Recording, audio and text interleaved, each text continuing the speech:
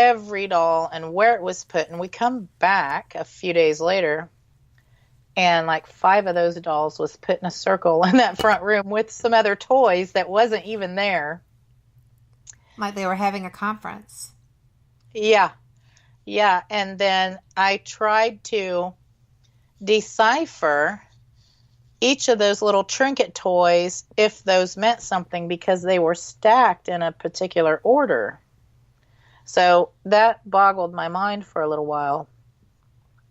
And we've come up where, oh, I don't let anybody in the room I sleep in, right? True. When I first got the jail, it was probably maybe June or July. We'd got there, and there's only one key to that room, and it's always in my pocket. We go in there at the end of the night. We're getting ready to go to bed, and there was a whole bunch of coins shaped in a smiley face in front of our bed. Yeah. No, that's not trippy at all. Yeah, and that is the only thing that has ever happened in that room I sleep in. Just we've pulled sheets back on the bed and there's been coins in it before, but no EVPs, no noises, no walking, no bumps in the nights. Nothing happens in there, and it's been quite some time too since I've had any strange coins in there. Well, I find it interesting that you just had one this week at home. Yeah, and the funny thing is, that's the first time I'd ever seen Mexican money. I've never seen it before, and it was a dime. And, well, we know Gus was a jailer his whole career, and he's even gave us Spanish-speaking EVPs, so we're kind of thinking that maybe he made a visit, and that was the shadows and the noises and the dime, and maybe he brought the flashlight back. We don't know. Maybe they were concerned because you had lost your mom so recently, and they were very caretaking of you during that period. I will tell you. I didn't mean to come out so blunt with that, but then that's okay because I'm doing well with that actually. I think you're right because her burial was on a Friday, and that night I went to the jail, and Vincent had went to sleep, and I was in the office, and I got the portal box out, and I hadn't talked to him that much all week, because I had a lot going on, But I just talked to him with a normal conversation, not hounding him with all kinds of questions and everything, and we had a fundraiser coming up for the high school kids, and I was talking to him about that. And you know what? It was even storming that night during their event, and they all came out, and when I was talking to them, they told me that they would help me out with that event and stuff, and they all came out that night. And they do not normally on a stormy night. No, they do not. And they all did the entire duration of that event. And so I let them know, thank you. I appreciated that. But I think they knew. I think they knew my mom passed. And they were talking to me, just regular conversations, Well, I like that they do that. Mm-hmm. They do that with me when we were having, the event for Gary's birthday. Vincent and I were in the kitchen slicing and dicing, and they would just throw relevant conversational tidbits out while Vincent and I were talking, and I would just answer them. Yeah, and that's what they do. They jump in. They do. Freaked Vincent out, Jack. He did not like that. Or I guess he just didn't like that I just, I answered him. Well, sometimes when they call him out, it freaks him out. Yeah, I know. like the one night I was talking to him in the kitchen, because they're quite chatty in that kitchen. I don't know, Yes. but I said, "You guys know where Vincent's at?" And Vincent walked in the room, and somebody come across and says, "There's Vincent." And Vincent's like, And he went back to the office. He says, "Oh no, bye now." He And gets freaked out so easily, you know. well, I was having a discussion with a friend who was talking. He had written a short story, part of a sermon, relevant to, necromancers and things of that nature. And I don't consider myself that, because I never ask, or very rarely have I ever asked for conversation. Spirits interact with me by their own volition. And especially if I'm hearing something audibly that's just there, disembodied. Yeah. They've got something to say. And sometimes it's just, hey, how are you? Like acknowledging that I'm in their space or something.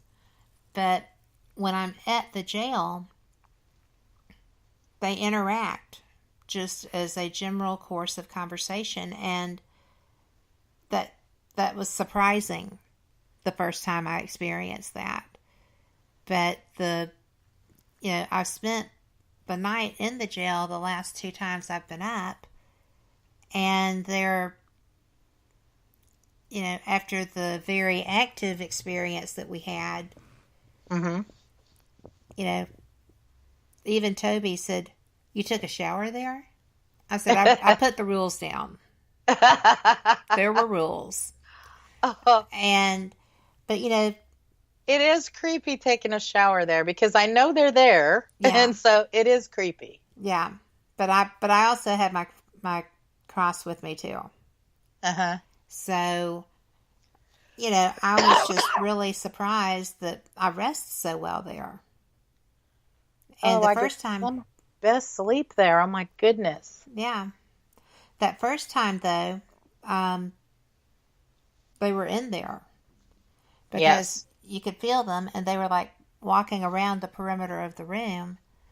And I didn't even pick my head up. I just, because we had been investigating, Yeah. And I just put my hand up and I said, "I am tired and I am sleeping. You will have to freak me out some other time." And I never heard anything else the whole night. So they're respectful of things like that. Yes. I will tell you, Brenda in chat is funny. I'm just going to put that out there. I'll tell you, I didn't finish answering Carl's question. I talked about the cameras, but we also use some little portable Defender cameras in hot spots, so I can get even more footage, because the audio is like really sensitive on those. And we use a portal box in the jail, all kinds of meters. When we use a FLIR camera, that's the thermal camera. It does either hot or cold, and we now use the SLS camera with great success with that. Then, of course, we've got an eddy meter we put out, and that's pretty nice. We're working on a couple experimental objects that we wanted to have it done this past season, but we will have them ready for spring. And that's the hologram for trigger object. And I think Vincent's he is gonna build one of those, a dowsing apparatus that's not held by anybody. Right. That's and interesting. So we want to do some experimentation with that.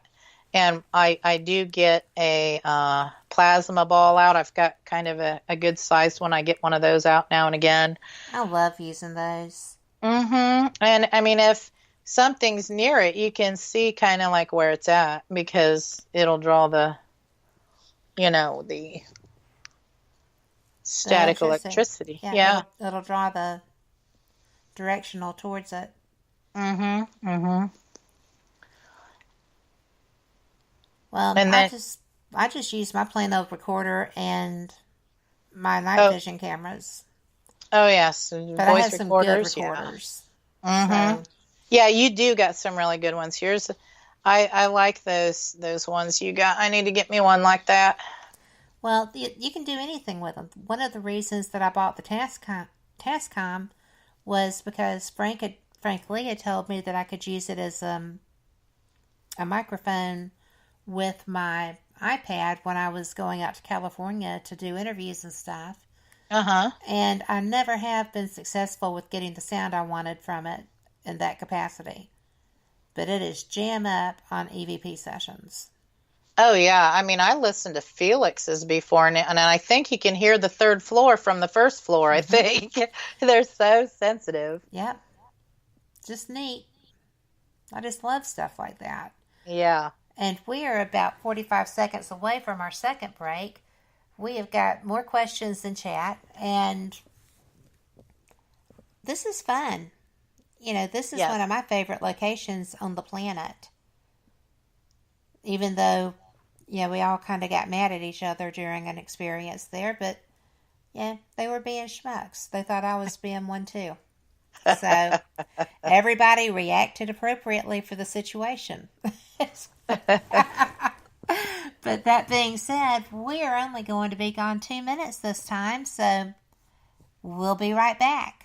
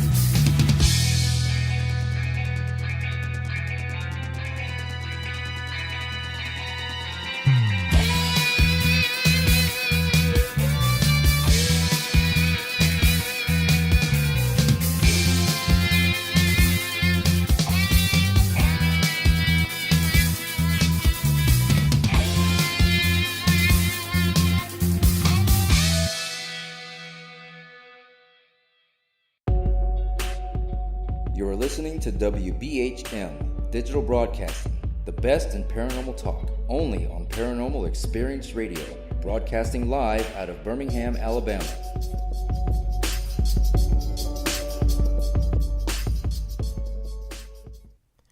Well, you are back. This is Paranormal Experience Radio, and I am Kat Hobson, your host, joined by Shelly Burk Robertson, who is, well, you know it, the Friday night host of Ghost Talk Radio and the owner of the Old Paulding Jail.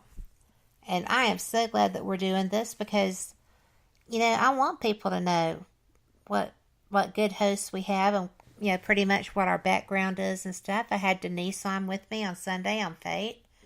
It's just been, you know, we've got a good setup going. I like it.